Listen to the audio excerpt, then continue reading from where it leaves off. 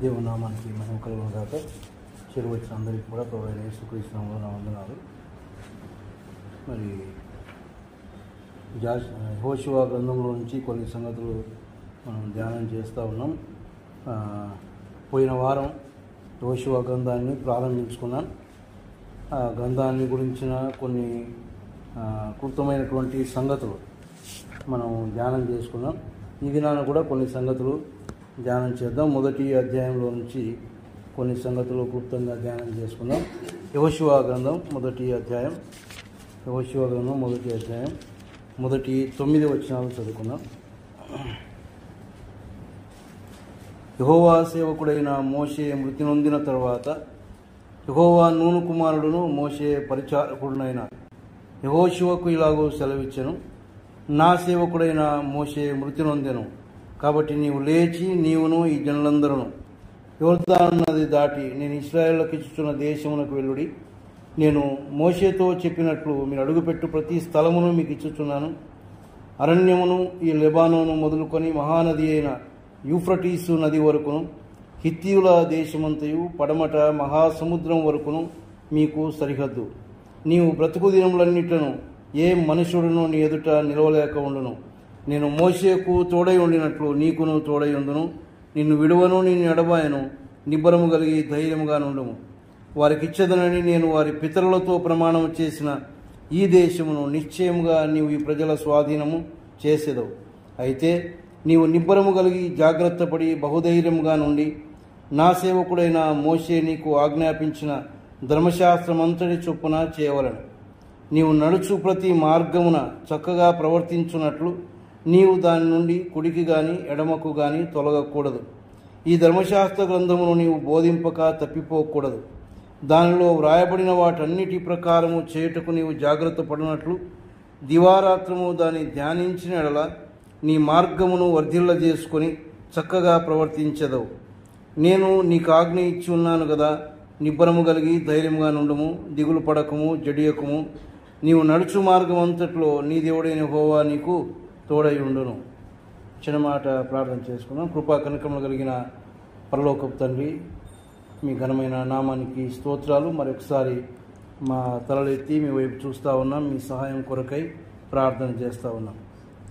యెహోషువ గ్రంథాన్ని ధ్యానిస్తూ ఉండగా ప్రభువా, కొన్ని వచనాలు మేము చదువుకున్నాం. వాటిని మాకు ఆశీర్వదించి దయచేయండి.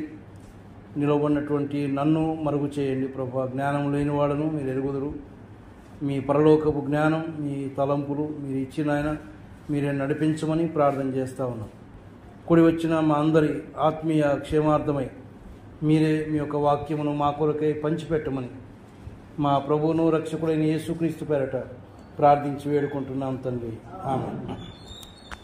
గత వారము కొన్ని సంగతులు మనం ధ్యానం చేసుకున్నాం.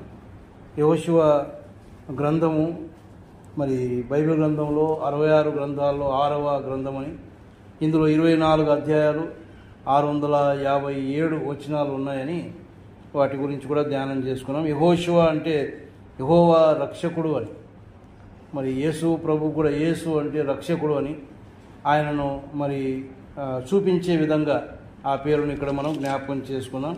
తర్వాత ఆయన యొక్క అసలు పేరు హోషేయ అని కూడా జ్ఞాపకం చేసుకున్నాం. మరి ఈ యొక్క 24 అధ్యాయాలను 2 భాగాలుగా చేసినప్పుడు మొదటి భాగంగా మొదటి అధ్యాయం నుంచి 13వ అధ్యాయం 7వ వచనం వరకు కనాను యొక్క విజయం, తర్వాత 13వ అధ్యాయం 8వ వచనం నుంచి 24 అధ్యాయాల వరకు కనానులో స్థిర నివాసం అని చెప్పుకున్నాం. అంతేకాదు మరికొంత విభజించుకొనగా 4 భాగాలుగా చేసుకున్నప్పుడు మొదటి 5 అధ్యాయాలు విజయం కోసమైనటువంటి సిద్ధపాటు, ఇశ్రాయేలు కనాను దేశాన్ని జయించడానికి వారు సిద్ధపడినటువంటి విధానం అక్కడ మనం చూస్తాం. తర్వాత 6వ అధ్యాయం నుంచి 12వ అధ్యాయం వరకు వారు భూమిని ఆక్రమించుకోవడం, తర్వాత 13వ అధ్యాయం నుంచి 22వ అధ్యాయం వరకు భూమిని గోత్రాలకు విభజించడం, ఆ తర్వాత 23, 24 అధ్యాయాల్లో యెహోషువ యొక్క చివరి మాటలు లేక వీడుకోలు గురించి మనం అక్కడ చూసుకున్నాం. మరి మొదటి అధ్యాయంలోని ప్రాముఖ్యమైనటువంటి కొన్ని సంగతులు మనము ధ్యానం చేస్తే ఇందులో దాదాపుగా 18 వచనాలు ఉన్నాయి. మరి దాన్ని ధ్యానించుకోకపోవడం యెహోషువ గ్రంథంలోని మూల వాక్యాలు 2 చెప్పుకున్నాం. ఎవరికైనా జ్ఞాపకం ఉన్నాయా? ప్రతి అధ్యాయానికి కీవర్డ్స్ అని ఉంటాయి, మూలవాక్యాలు ఉంటాయి. ఈ అధ్యాయానికి 2 మూలవాక్యాలు ఉన్నాయి. వాటిని మనం ధ్యానం చేసుకున్నాం. పోయినసారి జ్ఞాపకం చేశాను. మొదటి అధ్యాయంలో ఒక వచనం ఉంది, చివరి అధ్యాయంలో ఒక వచనం ఉంది. ఒక జ్ఞాపకం ఉందా?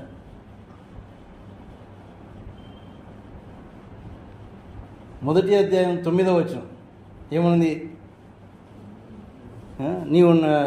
నేను నీకు ఆజ్ఞయించున్నాను కదా, నిబ్బరము కలిగి ధైర్యంగా ఉండము, దిగులు పడకము, జడియకము, నీవు నడుచు మార్గం అంతట్లో నీ దేవుడైన యెహోవా నీకు తోడై ఉండును. ఇది ఈ యొక్క గ్రంథానికి మూలవాక్యం. మళ్ళీ చివరిగా 24వ అధ్యాయం 15వ వచనం, ఇది మనందరికీ తెలిసిందే కదా. ఏముంది?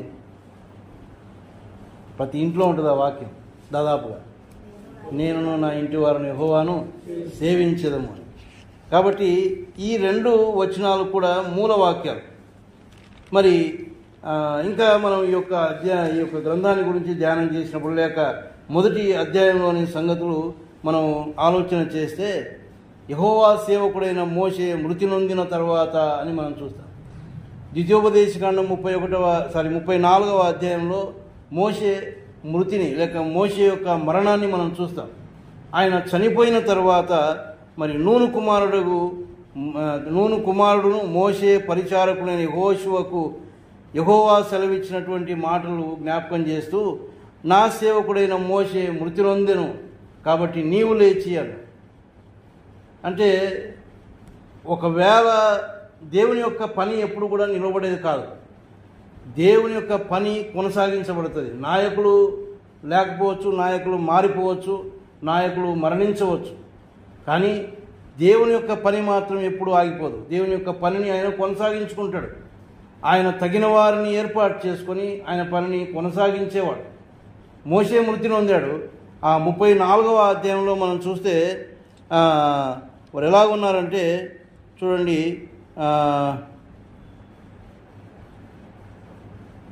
8వ వచనంలో, ఇశ్రాయేలు మోయాబు మైదానంలో మోషేను బట్టి 30 దినములు దుఃఖము సలపగా మోషేను కూర్చిన దుఃఖము సలిపిన దినములు సమాప్తమాయను అని మనం చూస్తాం. వారు దుఃఖ దినములు జరుగుతూ ఉన్నాయి, దుఃఖ దినములు సలపగా అని మనం చూస్తాం. ఆ దుఃఖ దినములు సమాప్తమైనాయని దేవుడు యెహోషువకు జ్ఞాపకం చేస్తా, నా సేవకుడైన మోషే మృతి నొందెను కాబట్టి నీవు లేచి. అయిపోయింది, ఆ దుఃఖ దినాలు సమాప్తమైపోయినాయి, పని ఆగడానికి లేదు. ఆయన వాగ్దానం చేసినటువంటి మేరకు, ఆయన సెలవిచ్చినటువంటి మాట మేరకు కనాను దేశాన్ని స్వతంత్రించుకోవలసిన బాధ్యత వారికి ఉంది కనుక నీవు లేచి నీవును ఈ జనులందరూ ఈ యోర్దాను నది దాటి అన్నాడు. కాబట్టి దేవుని యొక్క పని ఎప్పుడే కానీ ఆగిపోయేది కాదు. పరిస్థితులు ఎలాగున్నా సరే, పరిస్థితులు మారిపోయినా, మరి నాయకులు లేకపోయినా, నాయకులు మారిపోయినా, ఏది జరిగినా కూడా దేవుని పని ఎప్పుడూ ఆగదు. దేవుడు తన పనిని కొనసాగించుకుంటాడు అనే సంగతి కూడా మనకి ఇక్కడ జ్ఞాపకం చేస్తూ ఉన్నాడు. మరి ఆయన యొక్క నాయకత్వం అయిపోయింది, మోషే యొక్క నాయకత్వం అయిపోయింది. యెహోషువ నాయకత్వాన్ని దేవుడే ప్రారంభిస్తూ ఉన్నాడు. ఆయనే యెహోషువతో మాట్లాడుతూ ఉన్నాడు. ద్వితీయోపదేశకాండం 31వ అధ్యాయంలో కూడా మోషే బ్రతికుండగానే, మోషే మరణానికి ముందు ఆ చివరి దినాల్లో మోషే కూడా ఏం చేశాడంటే చూడండి, 7వ వచనంలో, 31వ అధ్యాయం 7వ వచనం ద్వితీయోపదేశకాండం, మరియు మోషే యెహోషువను పిలిచి, నీవు నిబ్బరం కలిగి ధైర్యముగా ఉండుము, యెహోవా ఈ ప్రజలకిచ్చుటకు వారి పితరులతో ప్రమాణము చేసిన దేశమునకు నీ వీరితో కూడా పోయి దాన్ని వారికి స్వాధీనపరచవలను. నీ ముందర నడుచువాడు యెహోవా, ఆయన నీకు తోడై ఉండును, ఆయన నిన్ను విడువడు, ఆయన నిన్ను ఎడబాయడు, భయపడకుము, విస్మయముందకుము అని ఇశ్రాయేలులందరి ఎదుట అతనితో చెప్పాడు. మోషే మృతి పొందకముందే యెహోషువను సిద్ధపాటు చేసినటువంటి వాడు, యెహోషువకు ధైర్యంతో కూడినటువంటి మాటలు చెప్పినటువంటి వాడు. అయినప్పటికీ కూడా మోషే మరణించిన తర్వాత మరి యెహోషువ ఆ యొక్క దుఃఖంలోనే ఉన్నాడు.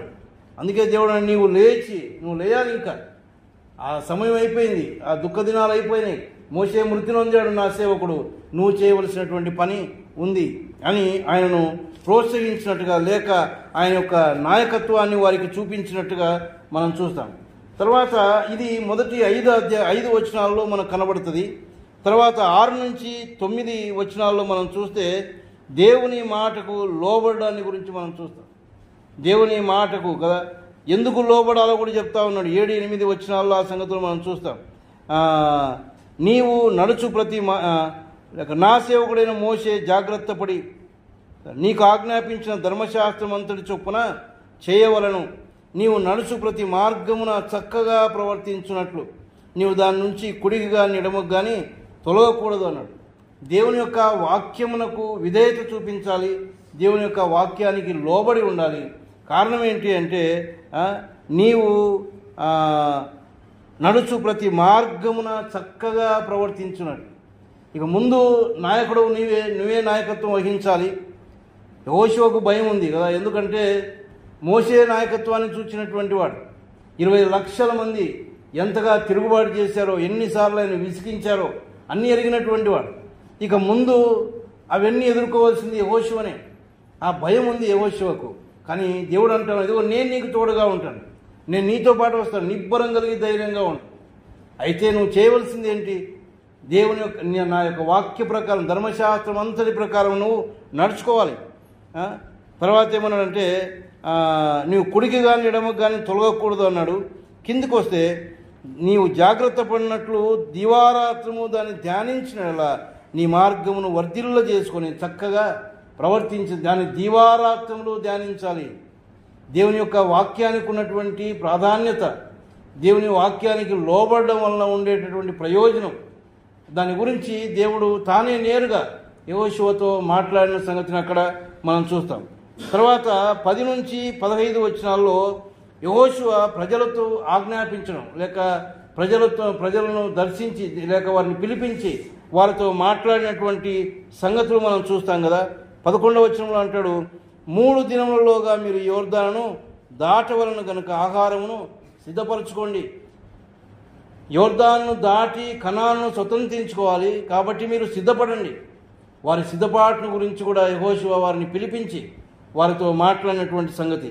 తర్వాత 12వ వచనం నుంచి 15 వచనాల్లో 3 గోత్రాల గురించి మనం చూస్తాం. రూబేనీయులకును గాదీయులకును మనష్షే అర్ధగోత్రపు వారికి యెహోషువ ఇలాగు ఆజ్ఞాపించెను అని మీరు మోషే మీకు ఆజ్ఞాపించిన సంగతి మీరు జ్ఞాపకం చేసుకోండి. మీ దేవుడు యెహోవా మీకు విశ్రాంతి కలగజేయుచున్నాడు, ఆయన ఈ దేశమును మీకు ఇచ్చును అని. వీరు యోర్దానుకి యువతలనే వారి యొక్క భూమిని స్వాధీనం చేసుకున్నారు, ఈ 3 గోత్రముల వారు. అయితే వారు మాట ఇచ్చింది ఏంటంటే చూడండి ఎక్కడుందంటే సంఖ్యాకాండంలో ఒక మాట మనం చూస్తాం. సంఖ్యాకాండం 32వ అధ్యాయంలో, సంఖ్యాకాండం 32వ అధ్యాయం 16వ వచనంలో, అందుకు వారు అతని యుద్ధకు వచ్చి మేమిక్కడ మా మందల కొరకు దొడ్లను మా పిల్లల కొరకు పురములను కట్టుకుందము, ఇశ్రాయేలీయులను వారి వారి స్థలములకు చేర్చు వరకు మేము వారి ముందర యుద్ధమునకు సిద్ధపడి సాగుదము అని.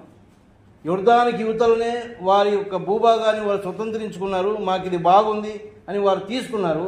అయితే వారు ఏమన్నారంటే ఇంకా ఇశ్రాయేలులను వారి వారి స్థలములకు చేర్చు వరకు, ఆ కనానుకు వెళ్ళి వారి వారి భూభాగాన్ని వారు తీసుకునేంత వరకు కూడా మేము వారితో కూడా ఉంటాం, వారితో కూడా యుద్ధం చేస్తాం అని వారితో సహకరించినటువంటి వారిగా వారి గురించి మనం చూస్తాం. ఆ సంగతిని యెహోషువ జ్ఞాపకం చేస్తూ ఉన్నాడు.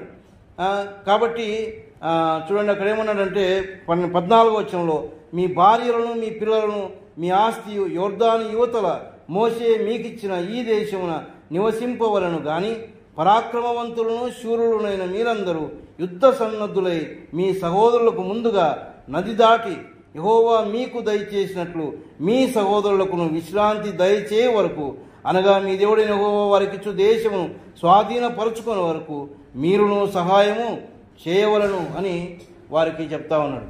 మీరే కదా మాట ఇచ్చారు, మీరే కదా మోషే ఉన్నప్పుడు అన్నారు, కాబట్టి మీరు దాన్ని జ్ఞాపకం చేసుకోండి, దాన్ని మర్చిపోవద్దు. ఇంకా నది దాటపోతా ఉన్నాం, మనం 3 దినంలోగా నది దాటపోతా ఉన్నాం, కాబట్టి సిద్ధపడండి. వారితో కూడా మీరు ఉండాలి, వారికి మీరు సహాయం చేయాలి. సహకరించినటువంటి సహోదరులను మనం చూస్తాం. అంటే ఐకమత్యం కలిగి వారు ముందుకు సాగారు.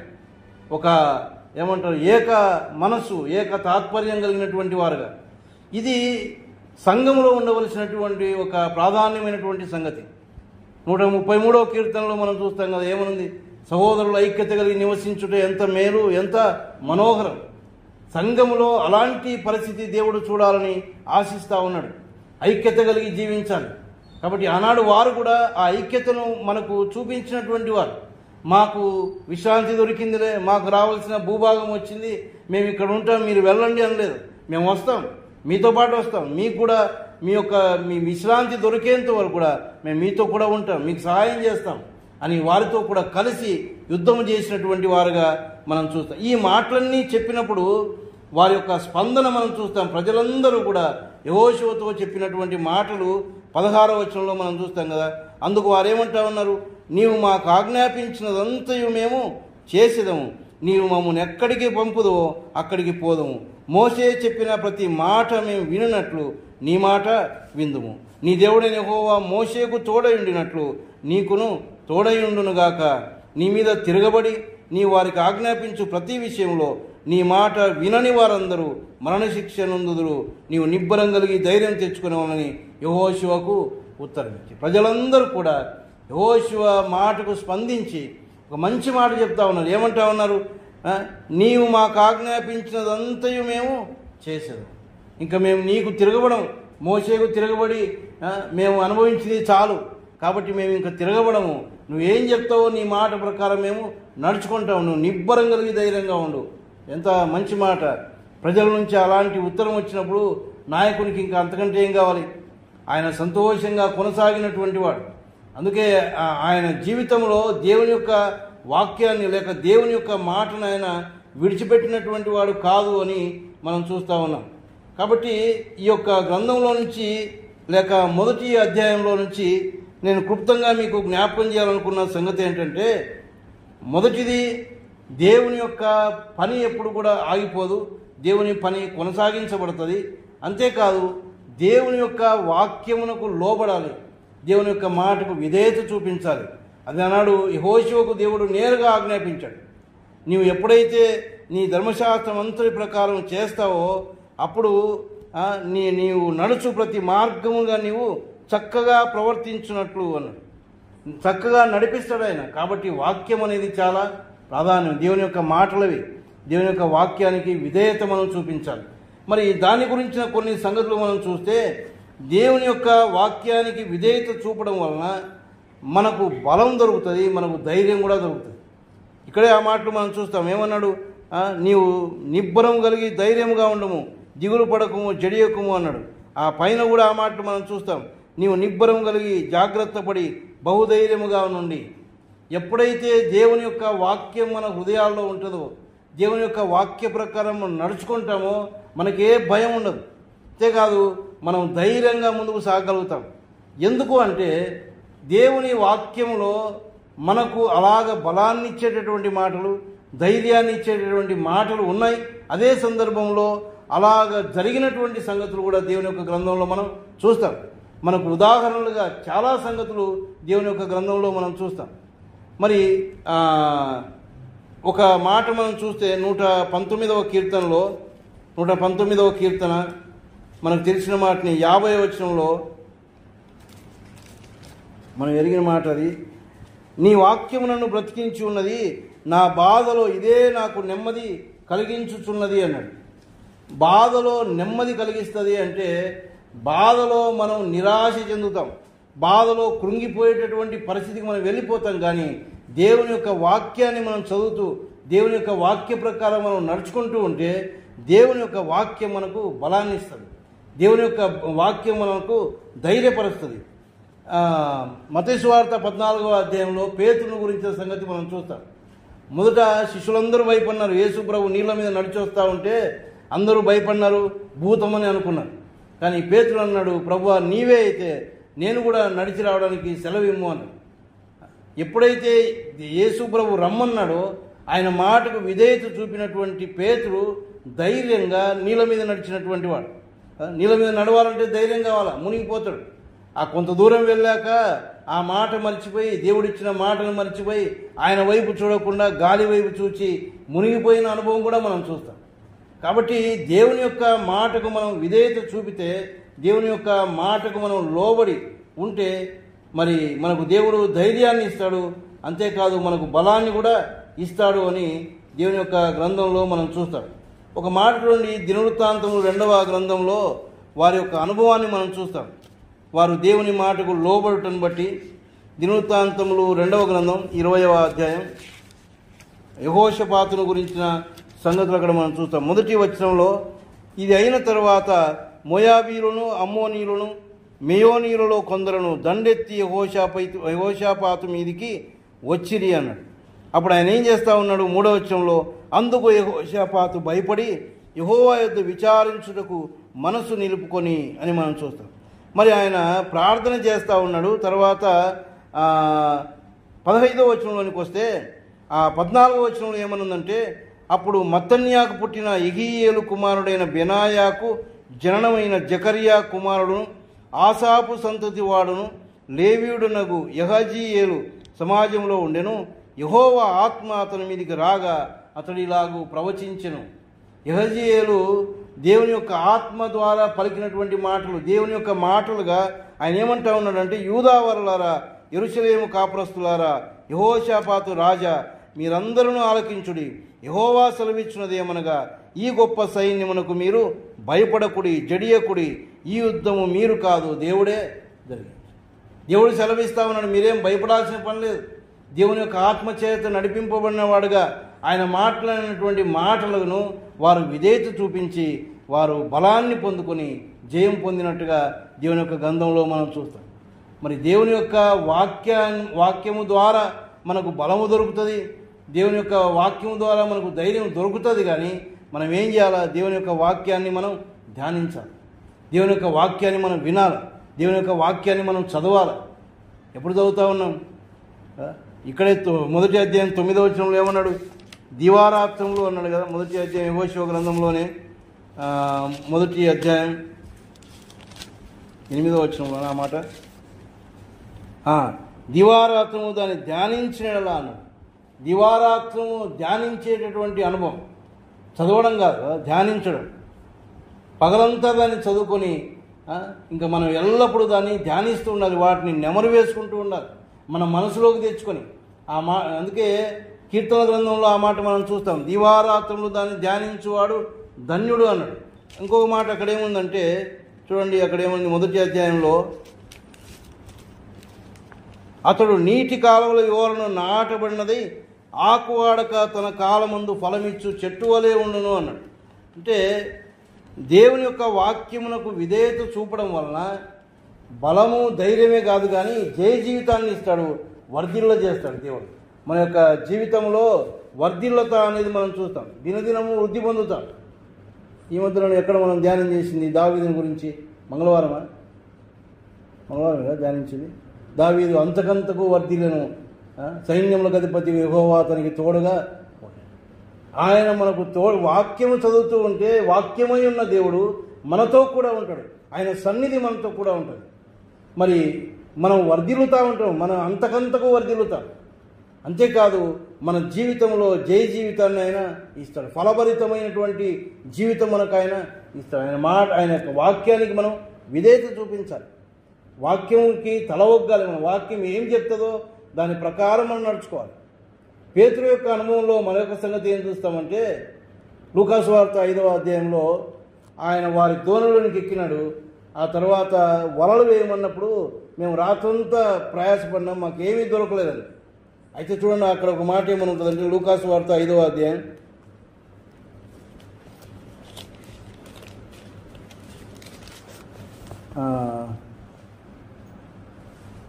4వ వచనంలో, ఆయన బోధించుట చాలించిన తర్వాత నీవు దోణిని లోతునకు నడిపించి చేపలు పట్టుటకు మీ వలలు వేయుడని సీమోనుతో చెప్పగా, సీమోను, ఏలినవాడ, రాత్రంతా మేము ప్రయాసపడితే కానీ మాకేమీ దొరకలేదు, అయినను నీ మాట చొప్పున కదా, నీ మాట చొప్పున వలలు, రాత్రంతా ప్రయాసపడినాం మాకేం పడలేదు, అయితే నీ మాట చొప్పున నువ్వు చెప్పినావు కదా, నీ మాటకు విధేయత చూపుతాం.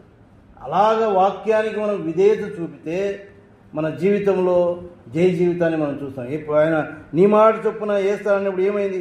వారు అలాగూ చేసి విస్తారమైన చేపలు పట్టిరి, అందుచేత వల పిగిలిపోతూ ఉండగా అని మనం చూస్తాం.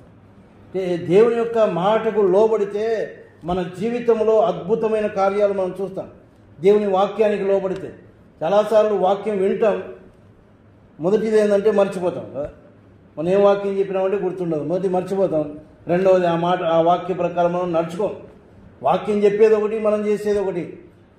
కొన్నిసార్లు వాక్యం మనల్ని గద్దిస్తూ ఉంటుంది. మనం ఏదైనా తప్పు చేసేటప్పుడు మనసాక్షి ద్వారా వాక్యం మనకు గుర్తొస్తుంది, వాక్యం చేత గద్దించబడతాం, కానీ మనం దానికి లోబడం, దాన్ని ప్రక్కన పెట్టేస్తాం. మనకేంటంటే మన ఇష్ట ప్రకారం నడుచుకోవడానికి నేర్చుకున్నాం. దేవుని యొక్క మాటను ఆ విధేయత చూపలేకపోవడం వలన మన జీవితంలో అపజయం పాలవుతాం. మన జీవితంలో ఫలభరితమైన జీవితం మనం చూడలేకపోతాం. ఇటు శరీర సంబంధంగా మనం ఆలోచన చేసినా, ఆత్మీయ రీతిగా ఆలోచన చేసినా ఏ విధంగానూ వర్ధిల్లడం లేదు. ఆత్మీయతలో వర్ధిల్లత లేదు, శరీర రీతిలో వర్ధిల్లత లేదు. కారణం దేవుని యొక్క వాక్యానికి విధేయత చూపించడం లేదు. వాక్యం తెలియదా అంటే కొన్నిసార్లు వాక్యం బాగా తెలుసు, వాక్యం అంతా తెలుసు మనకు, కానీ వాక్యానికి మాత్రం విధేయత చూపం. దేవుడు ఏమి చెప్తా ఉన్నాడో దాన్ని వింటూ ఉన్నాం, కానీ దాని ప్రకారం నడుచుకోవడానికి చాలాసార్లు మనం మనసు చూపడం లేదు. అందుకోసమే మన యొక్క జీవితాల్లో చాలాసార్లు జై జీవితాన్ని మనం చూడలేకపోతా ఉన్నాం.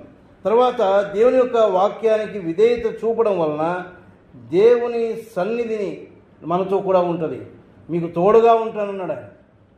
ఏమన్నాడు? యెహోషువ 1:9 నీవు నడుచు మార్గం అంతట్లో నీ దేవుడిని యెహోవా నీకు తోడే. నీవు ఎక్కడికి పోయినా కూడా ఆయన సన్నిధి మనతో కూడా ఉంటుంది. దేవుని యొక్క వాక్యం ఎక్కడ ఉండాలి? మన హృదయాల్లో ఉండాలి. దాని ప్రకారం మనం నడుచుకోవాలి. దేవుని యొక్క వాక్యము మన హృదయంలో ఉండడం ద్వారా చాలా ప్రయోజనాలు ఉన్నాయి. అందులో ప్రాముఖ్యమైనది ఏంటి అంటే 119వ కీర్తన 11వ ఏమనుంది? నేను పాపము చేయకుండానట్లు నీ వాక్యమును నా హృదయంలో ఉంచుకొని. పాపము చేయకుండా ఉండడమే చాలా ప్రధానమైన సంగతి. ఎందుకంటే పాపము నుంచి విడిపించబడ్డాం. ఒకప్పుడు యేసు ప్రభు దగ్గరకు వచ్చి, ప్రభువా నేను పాపిని ఆయన దగ్గర ఒప్పుకున్నాం, పాపాల నుంచి ఆయన విడిపించాడు, శుద్ధి చేశాడు. మరలా పాపము చేయకుండా మనం ఉండాలి అంటే ఏం చేయాలి? దేవుని యొక్క వాక్యాన్ని మన హృదయంలో పెట్టుకోవాలి, దాన్ని జ్ఞాపకం పెట్టుకోవాలి, వాక్య ప్రకారం మనం నడుచుకోవాలి, విధేయత చూపించాలి. దేవుని యొక్క సన్నిధి మనతో కూడా ఉంటుంది. దేవుని యొక్క సన్నిధి మనతో కూడా ఉండాలి అంటే మనం ఏం చేయాలి? దేవుని యొక్క వాక్యాన్ని మనం ప్రేమించాలి, దేవుని యొక్క వాక్యానికి విధేయత మనం చూపించాలి. యోహాను సువార్త 14వ ఒక మాట, యోహాను సువార్త 14వ యేసు ప్రభువారు తానే చెప్పినటువంటి ఒక మాట మనం చూస్తే, యోహాను సువార్త 14:23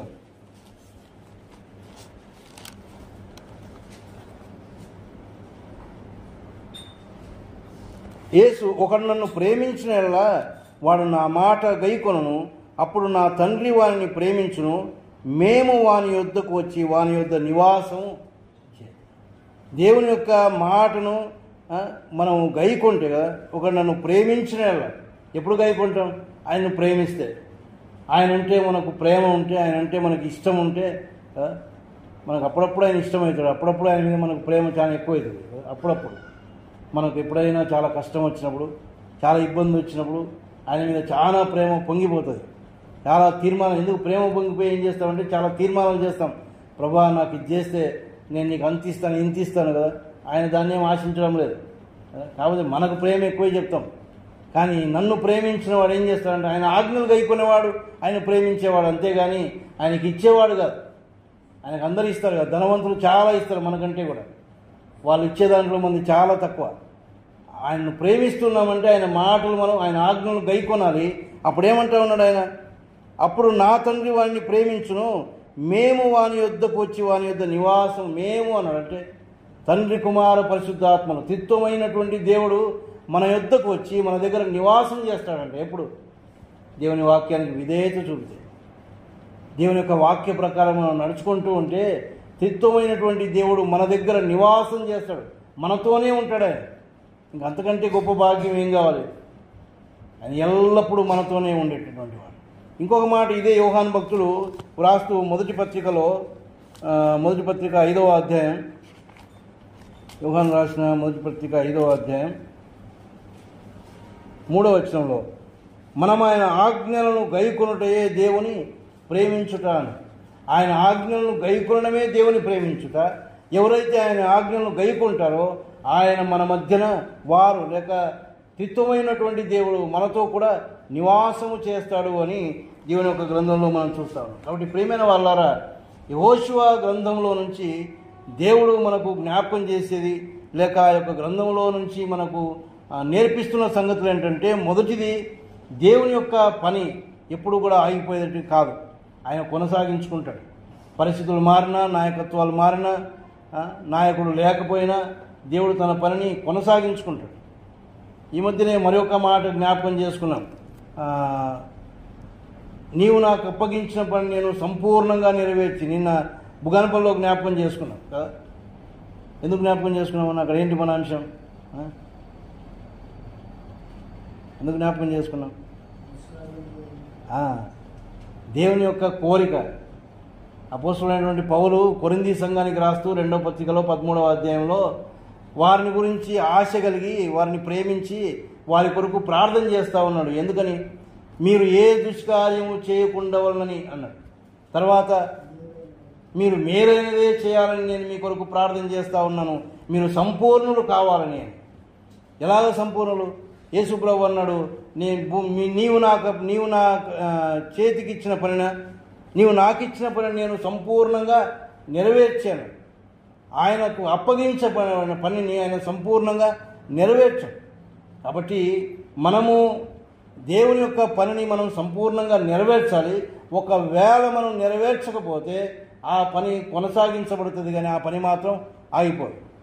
దేవుడు మనకు అప్పగించాడు, మనం చేయకపోతే దేవుడు దాన్ని ఇంకొకరికి అప్పగిస్తాడు, అంతే. ఆ పని మాత్రం ఆగదు. ప్రతి ఒక్కరికి అప్పగించిన పని ఏంటి? స్వార్థ ప్రకటించడం. ప్రతి ఒక్కరి భారం అది. మనం ఖచ్చితంగా సువార్తను ప్రకటించాలి. మన యొక్క సాక్ష్యమే చాలు, మన యొక్క జీవితాలే చాలు, అదొక సువార్త. అది దేవుడు మన మీద అప్పగించినటువంటి బాధ్యత. కాబట్టి ఆ పనిని మనం కొనసాగిస్తే మంచిదే. ఆ పనిని మనం సంపూర్ణం చేయకపోతే ఆ పని మాత్రం ఆగదు. దేవుడు ఇంకొకరి ద్వారా దాన్ని సంపూర్తి చేస్తాడు. తర్వాత యెహోషువ గ్రంథంలో దేవుడు మనకు నేర్పించేది ఏంటంటే, దేవుని యొక్క వాక్యం పట్ల మనం విధేయత చూపించాలి. దేవుని యొక్క వాక్యానికి మనం లోబడి ఉండాలి. లోబడి ఉండడం వలన మనకు ఆ యొక్క వాక్యమే మనకు బలాన్ని ఇస్తుంది, మనకు ధైర్యాన్ని ఇస్తుంది, తర్వాత మనకు వర్ధిల్ల చేస్తుంది, మనకు జయ జీవితాన్ని ఇస్తుంది, ఫలభరితమైన జీవితాన్ని మనకి ఇస్తుంది. తర్వాత ఆయన యొక్క సన్నిధి మనతో కూడా ఉంటుంది. ఎల్లప్పుడూ త్రిత్వమైనటువంటి దేవుడు మనతో కూడా ఉంటుంది. కాబట్టి అలాంటి మంచి జీవితం మనం జీవించడానికి దేవుని యొక్క వాక్యానికి విధేయత చూపిస్తూ, మొదట అసలు విధేయత చూపించాలంటే దేవుని యొక్క వాక్యాన్ని మనం ఆశించాలి. దేవుని యొక్క వాక్యం పట్ల మనకు మక్కువ ఉండాలి. ఎంతమంది మీ దినాన్ని వాక్యాన్ని చదివినామో మనం జ్ఞాపకం చేసుకుందాం. మరి ఎన్ని అధ్యాయాలు చదివినాం, ఎంతసేపు చదివినాం, ఏ వాక్యం మనకు జ్ఞాపకం ఉంది, దాన్ని ధ్యానించుకున్నామా? ఎప్పుడన్నా మన మధ్యకు వచ్చాడు యేసుబాబు అన్న, ఎప్పుడన్నా ఫోన్ చేస్తాడు ఆయన, అన్న ఈరోజు ఏం చదివినావు నా వాక్యం అంటాడు. ఆ వాక్యాన్ని అడుగుతాడు ఆయన, ఏం చదివినావు? ఇగో నేను ఫలాని వాక్యం చదివినాను, ఆ ఫలాని వాక్యంలో నాకు దేవుడు ఇది జ్ఞాపకం చేసినాడు, లేక ఇది నేను నేర్చుకున్న పాఠం అని. అంటే వాక్యం చదివినాం కొన్నిసార్లు, కానీ దాంట్లో నుంచి ఏమీ నేర్చుకోలేకపోతా ఉన్నాం. ఏదో చదవాలా, విశ్వాసం కాబట్టి మనం వాక్యం చదవాలి కాబట్టి కూర్చొని ఒక మాట చదివేది, లేకపోతే ఒక అధ్యాయం కష్టపడి చదువుతాం, అంతే కదా. ఇంకా చాలా మందికి ఉన్న అలవాటు ఏంటంటే, ఇంకా టైం లేదన్నా మాకు అని ఏం చేస్తారన్నా, పోతా ఆడ ఒక వాక్యం ఉంటుంది ఆ దినాన గబగబ. ఎందుకంటే చదవకపోతే మళ్ళీ కష్టం, బయట ఏమన్నా కష్టం జరుగుతుందేమో, ఏదన్నా అపాయం వస్తుందేమో, ఇది మన భయం. ఆ భయంతో చదువుతూ ఉన్నాం, కానీ ప్రేమతో కాదు, ఆశతో కాదు, చదువుకొని వెళ్ళిపోతూ ఉండేది. అలా కాదు. దేవుని యొక్క వాక్యం పట్ల మక్కువ కలిగి దేవుని యొక్క వాక్యాన్ని చదివి దానికి విధేయత మనం చూపితే మనకు బలం దొరుకుతుంది, ధైర్యం దొరుకుతుంది కదా. మనం వర్ధిల్లుతాం, జయ జీవితం జీవిస్తాం, ఫలభరితమైన జీవితం మనకు ఉంటుంది. అన్నిటికంటే ముఖ్యంగా ఆ ప్రభువు సన్నిధి మనతో కూడా ఎల్లప్పుడూ ఉంటుంది. ఆయన మనతో కూడా ఉంటాడు. ఆయన మనతో ఉంటే ఇంకేం కావాలి? అవన్నీ మిగతావన్నీ అవి జరిగిపోతాయి. కాబట్టి అలాంటి జీవితం మనం జీవించడానికి దేవుడు తన కృప అనుగ్రహించును గాక.